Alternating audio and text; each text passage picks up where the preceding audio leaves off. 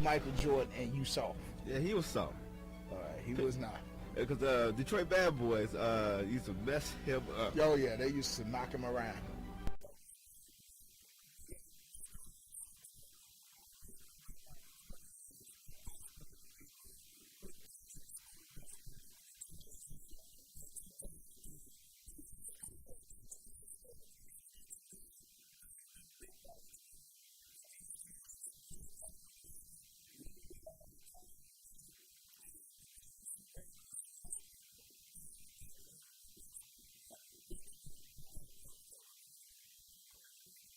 My name is William Andrew Bates.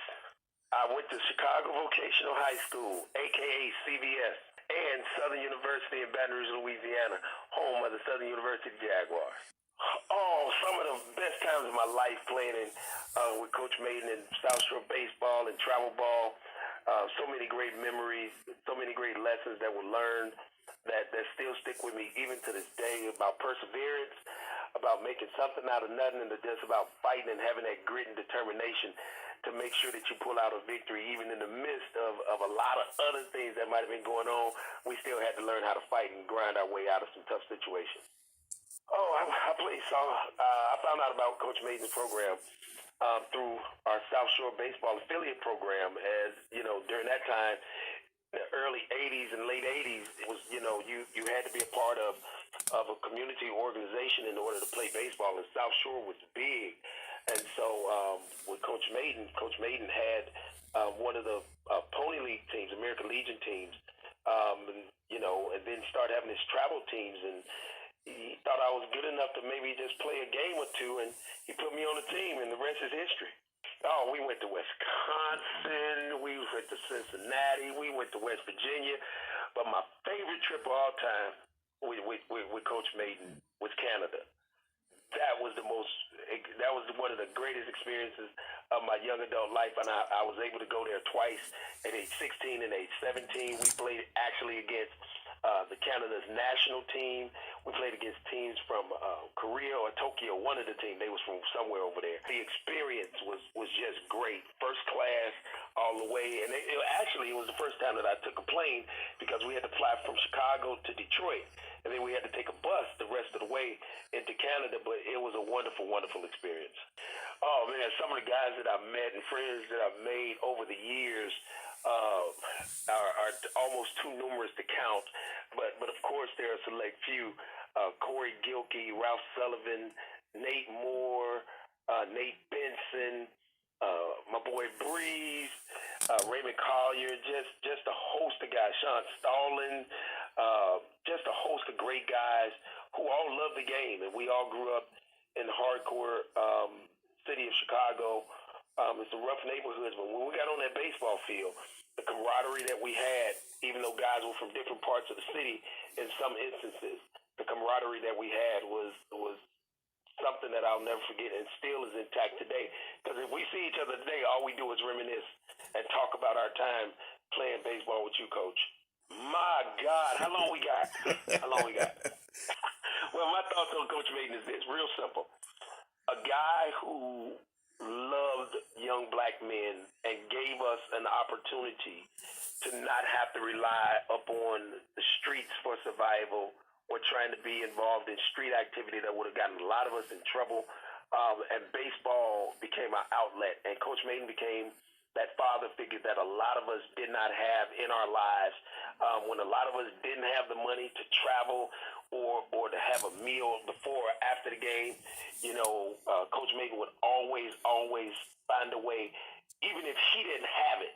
And we don't know how he got the money. We don't know. We never asked him. But one day I'm going to have to ask him where he get the money from. But he was always generous enough to go into his pockets for us as young black men. And it was very, very important how he wanted to make sure that he positioned us. Even myself, with talking with Coach Kadar at Southern University to go to bat for me, to get him to give me a scholarship without ever seeing me play a game or an inning of baseball, but just on Mayden's word, I was able to get a scholarship and wind up playing there for 5 years, graduated, won 3 championships, met my wife, still married to her to this day. That's almost 28 years ago. But but just incredible, just an incredible, kind-hearted and sweethearted guy. Oh man, we loved it because one we knew we were going to play some good competitive baseball when we went into those white suburban areas. But two, it was for us that mantle of proving that we belonged on the field with them. And sometimes Coach Mayden, you didn't even know, but we would have a game within a game, and they would be talking their smack, and I keep it clean like that, and we'd be talking our smack right with them. So if they called us out of our names, and sometimes we were called out of our names, you know, we were, the racial epithets were flowing from the dugout, or even when they were in the field, but it never moved any of us, and we looked forward to just trash talking back with them, but really beating them and showing them a good brand of baseball along with it. It was great. It was great, and it just prepared us for life because we understood that, you know, what happens on the baseball field happens in the real world, and if you can deal with it on the baseball field, you can definitely deal with it in the workplace. Well, you know, and I understand that periodically there has to be those that go before the previous generation. Somebody has to be the trailblazer. Somebody has to make the sacrifices. Somebody has to be the first ones to do it, to work out the rough spots. But they're the first ones to do it to make everybody else believe that it's possible. And things always should get better. After you've had somebody take that initial step, things should get better. And it's good that they are able to play in bigger tournaments on better fields, with better uniforms, better equipment. Because, man, sometimes we might have had 4 helmets, just 4. And one of them didn't have cushion in them. But we made it work. It didn't bother us. It was what it was. And to see this generation of guys now with access to having the specialized training, whether they need it for hitting or for fielding or whether it is just travel, and to see what that looks like is phenomenal. It's phenomenal. Definitely, I would say this program was before its time back in my day. And I was actually talking to a couple of guys and was just telling them that if we had what this generation had when we played, with all the talent that we had, a lot of just raw talent. A lot of it needed to be honed a little bit better, but just a lot of raw talent. A lot of guys that love the game of baseball. But to see where things are now still gives us hope that it's going to continue to grow the game and grow the players as well. It's a strong young men on and off the field. Yep. Man, what a ride, what a ride, what a ride. The impact that you've made on the lives in my life and the lives of others has been tremendous, heartfelt, and will never, ever, ever be forgotten. Because your sacrifice has definitely produced some seeds that are still growing, where I see a lot of guys are now teaching their own sons, and their children are walking in their footsteps, even if it's not in baseball, it's in some other sport, because they were coached by Coach Mayden, and your legacy will always live on, Coach. Yes, sir, Coach. I get behind you all the way from Louisiana. I played with Mayden back in 2000, 2001. Summer team also at Olive Harvey 2002. It's been a blast coming out here with the reunion game, playing with all the guys, catching up with some of the old guys. But to come out, play with Mayden, it's fun. We do a bunch of traveling. This year we're going to Tennessee, Ohio, Pennsylvania, maybe even Florida. So come check it out. It was a great time out here. Barbecue, you know how Mayden does it with this old-time spaghetti. Sugar in it a little bit, but fun time out here. Thanks for everything, Mayden. Alberto Covarrubias, Washington High School, stolen base leader, personal trainer, good looking, Latin, I could dance. What else? I played at a pretty high-end high school. I played at Mount Carmel. Then I went and played for the winningest coach in college baseball, Mr. Gordy Gillespie, at St. Francis for 2 years. I believe at that time that's when we crossed paths, and I played for South Shore Chicago team, the traveling All-Stars team. Mr. Michael Mayden, the man has forgotten more about baseball than I'll ever know. It was wonderful. It was wonderful. Actually, it was one of the best experiences in baseball, not just at playing, but we mixed some of the Catholic League kids with the Public League kids, and crossed some of the cultures and made some real good friends, had some real good times, learned a lot from each other. We got, I think Pennsylvania was our big trip. Oh, some players. Some of my good friends, Brian Badke. I ended up playing with Bobby Kujawa at St. Francis, and obviously Badke. Billy Miller, a leader of men, even at that age. Kevin Coe, great player. Lost track of him, but I hear he's doing well. And I guess some of the memory cells are gone, but I remember faces and experiences for sure. Jim Corbett, Bremen High School, went to St. Xavier University in the city of Chicago. Played 1 year with the Will County Cheetahs back in 1997. My name is Corey Gilkey. I went to high school at St. Francis de Sales, 85 to 89. Southern University, Baton Rouge, Louisiana. And after Southeast was kind of fizzling out from like 15 to 16 years old, like when you have, and you like going to high school to 15, it was nothing else after that.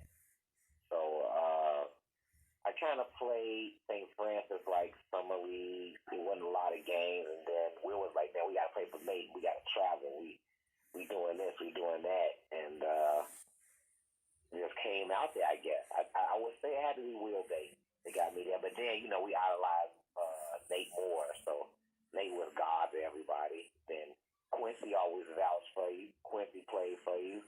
Bradshaw and all that. Like, we all grew up together. So knowing those older guys that we always look up to, they went to Mayden, played for him. And then we were like, we got to go play for Mayden. I was like, all right, cool. Let's go. So we played everywhere. We practiced everywhere. Stony Island Park, which is now Jesse Owens. We just played a little bit everywhere, practice. We always found a way for us to get on the field and get it in some type of way. So it was like we never really had a home, right? Everywhere was our home. Hilarious guys who could have been world-class comedians and athletes, and they were great people. We made an argue fault, but we signified more than anything, and we went out there. Well, I remember maybe what was that, our first year? We probably lost every game. You had us going to Morgan Park and playing them 30-year-old guys. Remember that? And they used to kill us. They had home runs at the Amico, because that was like 285 in right field. And they used to hit bombs. And then 3 years later, we was beating everybody. And then by the time we was 18, we was beating everybody. So that's a Mayden experience. He let us go out there. If we lost, hey, it is what it is. It was an opportunity. We were facing real competition and everywhere, and exposing ourselves to not just Chicago, but all throughout the Midwest, Chillicothe, Ohio, and Kentucky, and Indiana, out of Illinois, Canada. That's what it exposed us to the world, basically, as kids. Pre-baseball area, when kids wasn't playing baseball, everybody was basketball. It wasn't really baseball. Only the best guys could make it to play travel ball. The rest of the guys just fell off at the high school, and we just kept it moving. That's what prepared us to play at 7. I think my thoughts of the program is that it excelled for me. It helped excel me. My thinking of the program now is that how does it expose these newer baseball guys, or these baseball guys, even though I talked to Lou Collier, and, he gets frustrated on how, or, Jeff Latimer, and they're like, kids will leave these days. They wasn't dedicated like us, that old Jordan era, staying with one team, one organization, and y'all figuring out yourselves. It's just like they all leave it, to think that they're going to somewhere else better. And, so that's what I think of programs now, but back then, I just grew up at the right time. I had the right foundation and village to support me. Not only Mayden as that guy who my parents and grandparents had to believe in him and have faith in him to get us to across the country and play and have a place to stay and eat and doing all of that. So it was a whole family structure. Hilarious again, Negro League, like cracking up, laughing all the way there. The stories of when we lost. How dirty you get in baseball. We away from home. We getting right back on the bus with our uniforms on going back. You know, stopping at McDonald's all the time so you can get your fish fillet made. Big bro, father, legend, visionary. Nobody was doing what Mayden was doing. Like taking Chicago kids, black boys all around the country. Nobody was doing that. Like you can't name one person that did that in the world, basically. But baseball, to me, we've noticed that later on. We like, man, we was always playing white boys or, you know, Hispanics or other people around. There wasn't no black teams that would go play in St. Louis and Ohio, them tournament teams. They had maybe one or two black people in the team, but we was all black doing that, going around the country. You know, I just remember those times, them road trips. And the family structure, like Rodney Williams' dad, Mr. Williams, and Mr. Lattimore, and then my grandparents, and it's just that whole village. So, you know, support. And, you know, we fought at times, but, you know, we was brothers at the end of the day. Still is, talking to Ralph and Sean and everybody. Everybody has fond memories playing with Mayden during that time. 30 years. 32 years. We started playing with you at 16. We left at 18. Maybe played a little bit at 19 when we came back from being at Southern. But after our freshman year at Southern, we had to stay there. But, you know, from me to you, it was like 16 and 19 years old. Those great 3 years, 3.5 years, summers.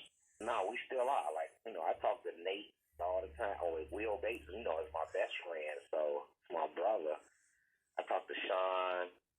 I talk to everybody. I talk to Rodney. You know, Quincy, talking about everything, because Quincy not only played for you that I knew to play for you, but, you know, we grew up playing Southeast Little League on 92nd and Kingston, and, you know, I grew up on 92nd and Colfax, a block away, so that was my Little League. So, you know, the great Nate Moore and Bradshaw, Jet, you know, Ralph, man, missing Gerard, rest in heaven. Gerard, rest in peace, man. The funniest guy in the world. Harvey, Breeze, missed this guy. Ever, Ed. Just a little bit of everybody. Like, we still see each other here and there, and I see them doing baseball things, and but we're still in communication. The game of baseball has always kept us close. Just love you, man. You know, my grandparents not on you. They appreciate you. They loved you. You know, everybody did and still do. And I'm proud of you. And I'll always be here for you, man. You know, I'm just not in the baseball as much, doing the business thing. But one day, when I get it all together, I'll be back out there with you. And let's help kids play the game of baseball. And I'm sure that the kids that came after us, that we really paved the way for, I'm quite sure that they feel the same way. Like I said, because he made baseball, he put us as close to playing real baseball. I'm talking about real baseball, that baseball that everybody else plays. You know, we didn't play in the city baseball. No, we played real baseball. We played against real baseball team. We played against university. Like I said, as kids, we played against them as we were all in high school. And we played against real baseball. I mean, the games that we knew we weren't gonna win, but he wanted us to have that experience. He wanted us to have that exposure. He wanted when we went back to our regular season, our regular high school baseball season, we was gonna be that so much better than the regular baseball players from my experiences, and that definitely happened. Like I said, and the majority of the people that played for him went on to be really, really successful in just everything, because the way Mayden set us up. He set us up to be confident enough to do anything and be successful at it. And that's the one part that people fail to realize about Mayden as a coach, as a man, as just like I said, as the boss. He made sure that we understood that, you know, man, whatever you wanted, because he had this dream to build this traveling thing. He had this dream to take this thing as high as it can go. And for the most part, he made it happen. He later on even took it to another level. But had this dream when nobody had the dream. But people talked about the dream. Michael Mayden had the dream and put it in motion. And it was as a program, we've been just as successful as any program anywhere in the country. Like I said, you see all these other programs popping up in the city of Chicago. Michael Mayden started all of them, especially for the black players. See, the black player didn't have that outlet. He didn't have the outlet that some of our white counterparts had, where they had the facilities and all that. No, Michael Mayden got us the facility. We need to practice for real. Oh, we went to practice for real. Yeah, Michael Mayden had, like I said, his number one was just get it done. He found a way. I don't know how he found a way, but he found a way. And like I said, I mean, my man. Hey, I just feel the truth, man. You know what? You put it just came out my soul, man. It came because, like I said, I'm telling you, what we accomplished. Because people don't realize we accomplished something. What we accomplished all together, because we were all brand new at it. We were all brand new. Nobody knew what we were doing. Nobody knew. We didn't know what we were doing. We get on that bus, we didn't know what to expect. And it was just it was a coach and 18 young men embarking on the journey. And like I said, we did it year after year, and we got better and better and better. And like I said, we got more and more talent. And like I said, I didn't know of other people going pro, but I knew we had pros. We had pros in our organization. We had pros, and we had people that swung back on major league fields getting paid to do it. So I don't know about other organizations, but I know what our organization did, especially as us being black. We were all black. Like I said, you see guys out here doing the night rack clip. You see, like I said, Lou doing it. You know, I love Lou. I played with Lou. Lou broke my finger. Messing around with me once again, people. Let me give you this real quick story. Now, I told you, I played longer than I should have played. I played way too long. So I got to the point where I became the ultimate utility man. Michael Mayden tells me the one position Michael Mayden know I hate. I didn't mind pitching. I pitched for him every day. I played second and I played third. I didn't care. I didn't have no problem with that. You know, I didn't like catching. I can catch somewhat. But he used to like to put me catching in the biggest game ever. We went out to Elgin. There were two examples. We went out to Elgin to play in the first one of our first really big tournament. Not even one of the tournaments, it was a game. First big game. Went out there and the Mets was scouting Nate Benson. So Mayden wanted Nate Benson to pitch. Nate Benson was throwing mid-ninth. Michael Mayden got me out there catching. First of all, if you saw me catch, you already knew I was serviceable. That's the only word you can use. I wasn't good. So I'm out there catching Nate. As long as Nate throwing it to me, it was a strike. If I caught it. If Nate bounced it and hit the back. Now, this is the first game we ever played with a backstop. A real major league backstop. So, needless to say, the ball hit the backstop more times than not, and Nate broke one of my fingers too because they threw too high. So then we come back. Now this is in the beginning. This is maybe '86. Now let's bounce forward. Luger go pro. Pittsburgh won't lose. Mayden's gonna pitch Lou. Now everybody know Lou Collier throw 1,000, but Lou Collier throw real wild too. He throws extremely hard though. So I'm about 21, 22, so I'm really out the program. But I'm still hanging around because I just love baseball and I love Mayden. It was the closest thing I was gonna get to playing Major League Baseball. So he got me catching Lou Collier. Lou Collier throwing about 100 for real. It's about 100. So I tell Lou throw a curveball. We in warm up. How about Lou throw me a blazing? I'm talking about fastball looked like it looked like somebody shot out a cannon. Hit me right in my thumb. tore my thumb out the glove. I go over there and tell Coach, look at my thumb. He say, suck it up. You only got 9 innings, and as soon as you get through with that, you ain't got to catch no more this year. That's how much love I had. Man, my thumb was broken. I still caught a 9-inning game with a guy throwing over 1,000.